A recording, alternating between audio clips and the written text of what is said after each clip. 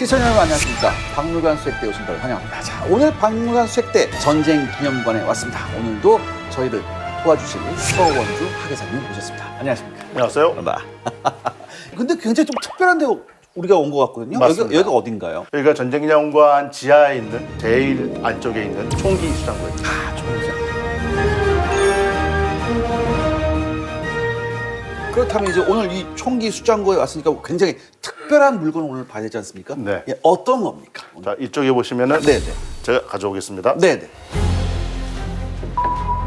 아, 우리나라가 자체적으로 시작한 네. M2 카빈 수총입니다. M2 카빈.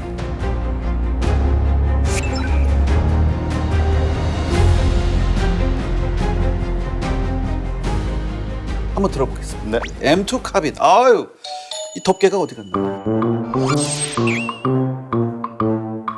덮개가 제작이 안 돼 있어요. 아, 덮개가 제작이 안 돼 있다. 네네. 그거는 한마디로 이제 시제품이라는 맞습니다. 얘기군요. 1호입니다. 시제품 1호 M2 카빈. 근데 여러분 이거 아세요? 지금 예비군들은 다 이제 K2 쓰고 M16 쓰겠지만 저 때만 해도 예비군 때 카빈 썼어요. 네. 카빈 썼는데 이 덮개가 이제 가끔 날아가고 그랬었어요. 이제 쏘다가. 그래서 야 이거 덮개 어디 갔니? 이거든요. M2 카빈이라고 하면은 M1 카빈도 있는 거잖아요. 맞습니다. 네, 이 M1 카빈은 큰 M1 개런들을 휴대하기 힘든 병사들이 쓰기 위해서 만들었던 게 M1 카빈이라고 하는데 맞나요? 맞습니다. 아, 그렇군요. 그럼 M1 카빈과 M2 카빈에 대해서 조금 차이점을 좀 설명해 주시기 바랍니다. 카빈이라는 것 자체가 네네. 어떤 특수병과 사람들이 호신용으로 사용했던 거라서 네. 작고 가벼운데 이전에 볼텍션식이 매번 장전을 해야 했다면 네. M1은 반자동이라서 장전 후에 바로 수격이 가능하지 않습니까? 네. 그렇다면 이제 M2에 와서는 네. 완전 자동으로서 완전 자동. 예, 그 차이가 있습니다. 아, 그러니까 드르륵 나갔다. 맞습니다. 제가 사실 여러분들 제가 2019년에 네. 미국 라스베가스에 아, 제가 예. 라스베가스 사격장 가서 제가 한번 M2 카빈 한번 갈겨봤습니다. 예, 예. 또 그 M2 카빈이 어떤 M2 카빈이냐면 지금 여기 이게 나무 스톡이 있잖아요. 네네. 전 이 공수부대용 접절식 스톡이 있는 아, 거였어요. A1. 예, 예.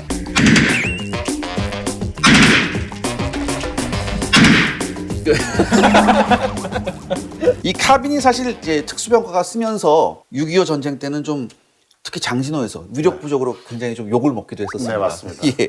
그렇다면 도대체 왜 우리 대한민국은 이 카빈을 만들려고 했을까요? 개발 당시로 가자면은 이제 번개 사업을 말씀하시는 아, 것 예, 같아요. 68년도에 이제 김진조 일당들의 도발이라든가 네. 70년대에 들어와서 이제 약간 미군 부대 철수라든가 이런 문제가 대두가 되면서 국방과학연구소가 만들어지게 되죠. 그렇죠. ADD가 만들어집니다. 만들어지고 나서 제일 처음 시도한 것 중에 하나가 번개 사업입니다. 네네. 그래서 미군의 철수라든가 이런 북한의 도발에 대비해서 우리 스스로 무기를 만들어야 되겠다라는 그런 결심하에 만들어지게 된 여러 무기 중에서 대표적인 무기가 바로 M2 카빈이라고 볼 수 있을 것 같습니다.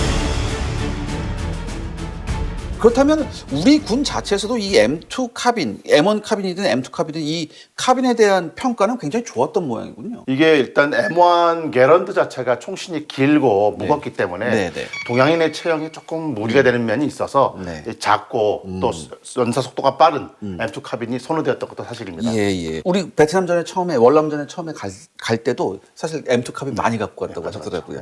제가 지난번에 그 육군박물관 가서 탄창 빼니까 화들짝 놀랐었거든요. 거기는 빼면 빠질 것 같긴 한데. 아, 빠지죠, 당연히. 당연히 빠지는데 제가 왜 이걸 여기서 탄창 한번 빠도 예. 예, 예. 제가 요게 이제 탄창 멈추기 맞습니다. 때문에 요걸 이렇게 누르면은 아, 예, 빠졌습니다. 근데 요게 참 자꾸 앙증맞은 네네. 탄창인데 이건 15발 탄창이고요. 맞습니다. 이게 M2 카빈이 완전 자동이 됐다면 이건 사실 조금 30발이 들어가는 약간 바나나형 탄창이 있어야 되잖아요. 네네. 근데 이 바나나형 탄창은 없나요? 여기 맞는 난창이 따로는 있는데 네. 여기에 이제 붙어 있지는 않습니다. 아, 그렇군요. 여기 보시면 요 15발 탄창 같은 경우는요. 네. 요게 홈이 2개가 있습니다. 요 홈이 2개가 있어서 충분히 지지가 가능한데 네네. 30발은 이게 바나나 탄창 길거든요. 그렇죠. 무거워요. 이게 2배로 무겁거든요. 그러니까 요 2개로는 네. 지지가 안 돼서 여기 구멍이 하나 더 파여 있습니다. 그런 차이가 있긴 한데 요건 15발짜리가 들어가 있고요. 또 시제품이니까 이제 결합은 그냥 아주 간단합니다. 이렇게 들으면 지켜라. 지켜라. 아, 죄송합니다. 제가 너무 세게 쳤네요. 예. 지금 여기 관계자분들이 아, 죄송합니다. 대부분의 이제 작동 구조는 M1 카빈하고 비슷하지만 자동이니까 뭔가 추가가 됐을 것 같은데 어떤 게 추가가 됐을까요? 보시면 자동과 반자동을 선택할 수 있습니다. 요 셀렉터가 있군요. 예, 추가되었습니다. 요 셀렉터가 있군요. 여기서 또 하나 좀 여쭤볼 게 있습니다. 우리가 보통 이제 카빈 하잖아요. 네네. 우리가 요거 쓸 때는 카빈이라고 안 했어요. 칼빈이라고 칼빈이라고 했어요. 칼빈 소총. 네. 그다음에 칼빈 소총하면 또 그 생각나는 게 여러 가지 또. 근데 우리나라는 요걸 뭐라고 불렀나요? 여기 뭐 각인 같은 게 있을 텐데요. 각인 같은 거 보시면은 여기에 네네. 황동 각인이 있습니다. 아, 있군요. 그래서 칼빙 M2라고 적혀있습니다. 여러분 제가 요거 보여드리겠습니다. 지금 여기 있거든요. 요거 보이시나요? 여기 지금 칼빙 M2라고. 시제품 1호라고 써있습니다. 이로군요. 이거 굉장히 그럼 역사적 가치가 굉장히 맞습니다. 높은 그런 총이네요. 기존에 있는 M2 카빈하고 우리가 만든 시제품 칼빙 1호하고는 어떤 차이가 있을까요? 이 시제품 M2 카빈은 기존의 M2를 역설간 거기 때문에 네. 기존 것과 동일하다고 보시면 되고요. 예. 저희가 내부의 학예사들하고 같이 내부 점검을 한 결과 네. 본체 같은 경우에 M2보다는 M안에 가까운 것으로 좀 얇고 그런 것으로 파악이 되고 있습니다. 그렇다면 이게 궁금한 게 있습니다. 네. 이게 원래부터 여기 있던 건가요? 아니면 어디 돌고 도는 걸 입수하신 건가요? 원래 저한테 있던 건 아니고요. 그렇군요. 예, 번개 사업 시작 당시에 이 M2 카빈이 열정이 만들어졌습니다. 열정이. 예. 예. 그런데 그 당시부터 50년간 그 열정이 어디 있는지 아무도 모르고 있다가 2021년에 저희 전쟁기념관이 국군정보사령부하고 MOU를 맺으면서 네네네. 그 당시에 정보사령부에서 보관하고 있던 단 한 정이 저희한테 넘어오게 되면서 예. 열정 중에 한 정만 지금 남아있게 되는 그런 상황입니다. 그렇군요. 우리 시청자 여러분들이 궁금해하시는 카더라 하나 여쭤보겠습니다. 어떤 카더라냐면은 예전에 박정희 대통령께서 이 카빈을 굉장히 좋아하셨다. 맞는 얘기입니까? 태릉 국제 종합사격장에서 열린 정부 각부처대 항사격 대회에서 박정희 대통령이 시범 사격을 했습니다. 저희도 뭐 알아는 봤는데 거기에 대한 자료가 있거나 뭐 그런 사실이라기보다는 박정희 대통령이 번개 사업 때도 그렇고 유독 카빈을 들고 사격을 하시는 모습이라든가 그런 사진들이 많이 다니기 때문에 사진도 많고 영상도 많아요. 예, 맞습니다. 예. 그렇기 때문에 좋아한 게 아니겠느냐 정도로 이해하시면 될 것 같습니다. 근데 저는 이렇게 생각합니다. 안 좋았으면 안 써요. 전 그렇게 생각하거든요. 맞습니다. 예, 그러네요. 전 그렇게 생각하고요.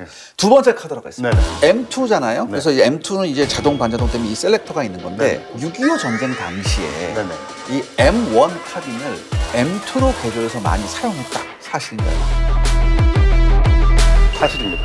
그렇군요. M1을 M2로 개조한 거는 미군들도 많이 했던 것이고요. 미군들도 많이 했군요. 예. 국내에 M2도 들어왔지만 국내에 들어온 M1을 M2로 개조한 것도 많이 있던 사실입니다. 개조 과정은 그렇게 크게 어렵진 않았나 보죠? 예, 저희가 학예사들하고 시연을 해봤는데 실질적으로 일부 내부를 절삭하고 그 다음에 부품을 추가하는 것만으로 충분히 가능한 그런 과정이었습니다.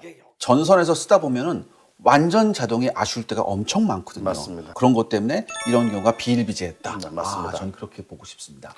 누구나 마찬가지거든요. 당기면 우르륵 나가는 걸 누구나 좋아해요. 특히 북한이 빠빠시에 따발총이 있었고 그렇죠. 빠빠샤가 또 있었죠. 고지전에서는 근접전을 많이 했기 때문에 아무래도 완전 자동이 훨씬 유리할 수밖에 없었다라고 보입니다. 더군다나 위력이 약했으니까 이거를 탄막으로 우리가 이걸 보완하자. 예, 그런 예. 것도 아마 있었을 겁니다. 그럴 것 같습니다. 네. 그렇다면 이게 AD에서 이걸 개발할 때 그때 당시에는 그래도 좀 진입장벽이 꽤 높았을 것 같거든요. 맞습니다. 어땠습니까? 그 당시가 이제 1971년도 11월이었는데요. 네네네. 아시다시피 ADD가 만들어진 게 1970년 여름인데 조직이 만들어지고 1년 만에 그 당시 국내에서 전혀 이런 총기 생산에 대한 기반이 없는 상태에서 2달 안으로 2달이요? 네, 맞습니다. 너무한 거 아닙니까? 예, 엔지니어들을 갈아넣어서 그러니까 이 전통이 아직까지 있다니까? 사람을 막 집어넣어요. 그러고서 막 돌려. 그래서 그 안에 있는 사람 심정은 어떻겠어요? 내가 왜 돌아가지? 막 이러다가 이제 갈려가 나가는 거예요. 그래서 그때 연구자들이 개발자들이 청계천도 뒤지고 미군에게 자료도 요구하고 해서 기존 총기를 역설계해서 심지어 연말이 아닌 12월 중순에 약 2주 빠르게 완성을 해서 사업을 종료하게 됩니다. 아무튼 그렇게 해서 이제 이게 나왔다 그 말이군요. 그렇기 때문에 이거 나와서 이제 당연히 이제 시연 사격도 해봤고 여러 가지를 테스트해 보니까 미국에서 만드는 오리지널하고 거의 품질에 문제가 없었다 그렇게 결론이 났나요? 네. 아 그랬군요.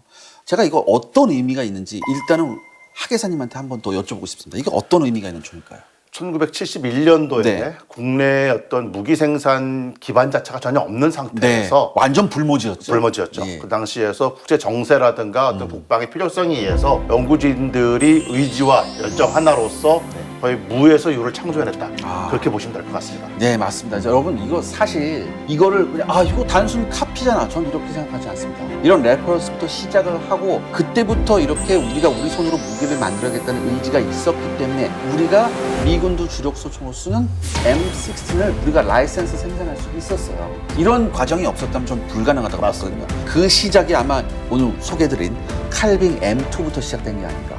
그리고 그 이후엔 우리 독자적인 K2 소총이 지금까지 내려오지 않습니까? 맞습니다. 그 면면이 지금까지 이어진 게 아닌가. 전 그렇게 한번 생각을 해봅니다. 그럼 하기사님, 요거 특별전 같은 거 해서 좀 우리 일반 대중들이 좀 볼 수 있을까요? 예, 저희가 이것을 입수했을 당시에 네. 그 2022년에 네. 정보사령부 특별전을 통해서 네. 공개를 했었는데요. 네. 앞으로도 이것이 공개될 수 있도록 계기를 마련하는 데 노력을 하겠습니다. 부탁드리겠습니다. 감사합니다. 자, 오늘 박물관 세트 시색을 완료했습니다.